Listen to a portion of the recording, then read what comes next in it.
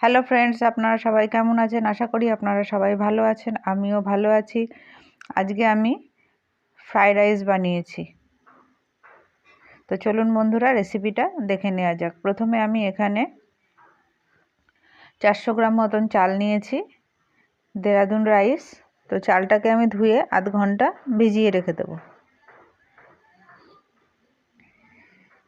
এরপর আমি হাঁড়িটা গ্যাসে বসিয়ে দিয়েছি, গ্যাসটা ধরিয়েও দিয়েছি, আর এর মধ্যে আমি জল দিয়ে দিয়েছি। জলটা একটু গরম হয়ে গেলে পরে আমি চালটা দিয়ে দেব। জলটা ভালো মতন গরম হয়ে গেছে। এবার আমি এর মধ্যে যে চালটা ধুয়ে আধ ঘন্টা ভিজিয়ে রেখেছিলাম সেটা দিয়ে দিলাম, দিয়ে আমি ঢাকনা দিয়ে দেব।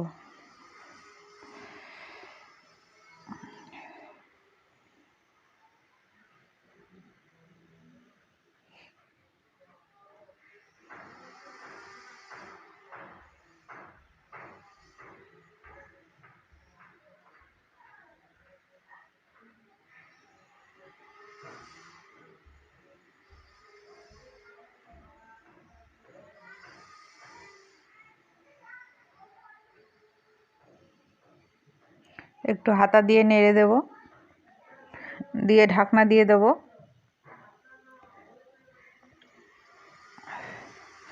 এদিকে আমি কেটে নিয়েছি গাজর একটা ছোট, কতগুলো বিনস কুচো করে নিয়েছি, কাজু বাদাম নিয়েছি, আর কিশমিশ নিয়েছি, তেজপাতা নিয়েছি, দারচিনি, এলাচ, লবঙ্গ।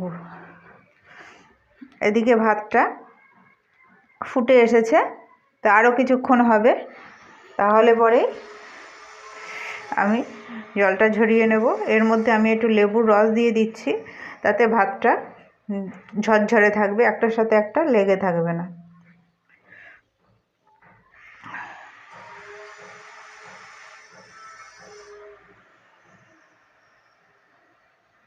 ভাতটা তৈরি হয়ে গেছে। এবার আমি ভাতটাকে নামিয়ে ভাতের জলটা ঝরিয়ে নেব। এদিকে আমি কড়াই বসিয়ে দিয়েছি। এবার আমি কড়াইয়ের মধ্যে দিয়ে দেব 1 চামচ ঘি আর কিছুটা সাদা তেল। আপনারা চাইলে পুরোটা ঘিয়ে করতে পারেন, আমি এখানে সাদা তেল দিয়ে করেছি, আর গন্ধের জন্য আর কি সামান্য একটু ঘি দিয়েছি।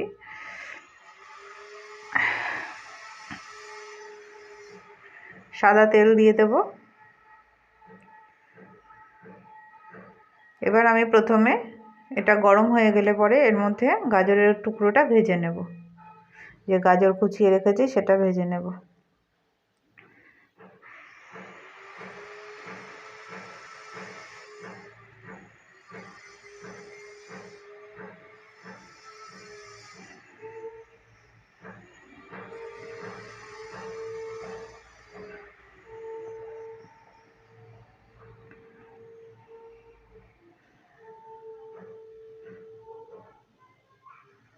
গাজরটা ভাজা হয়ে গেছে, তুলে নেব।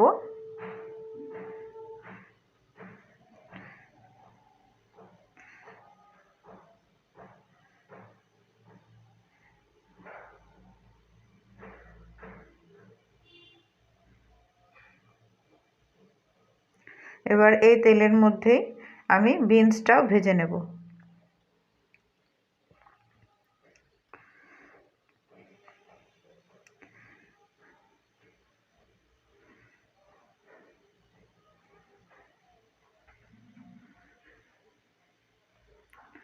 বিনসটা ভাজা হয়ে গেছে, তুলে নেব।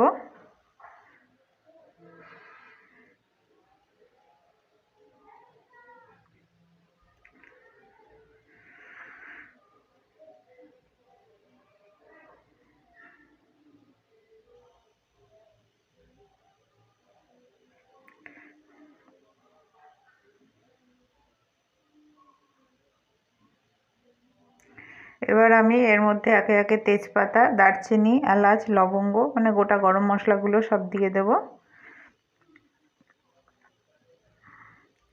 দিয়ে একটু নাড়াচাড়া করে নেব। নিয়ে এর মধ্যে আমি প্রথমে কাজু দিয়ে দেব, তারপরে কিশমিশ দেব, দিয়ে একটু ভেজে নেব।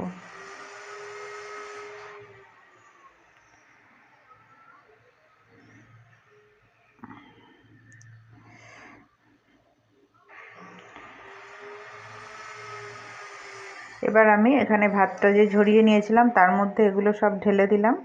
এবার ভেজে রাখা গাজর আর বিনসও এর মধ্যে দিয়ে দেব।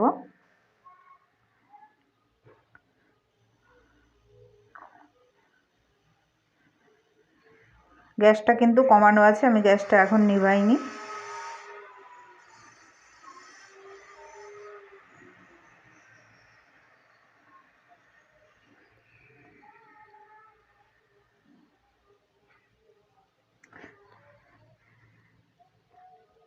গাজর আর বিনসটা দিয়ে দিলাম।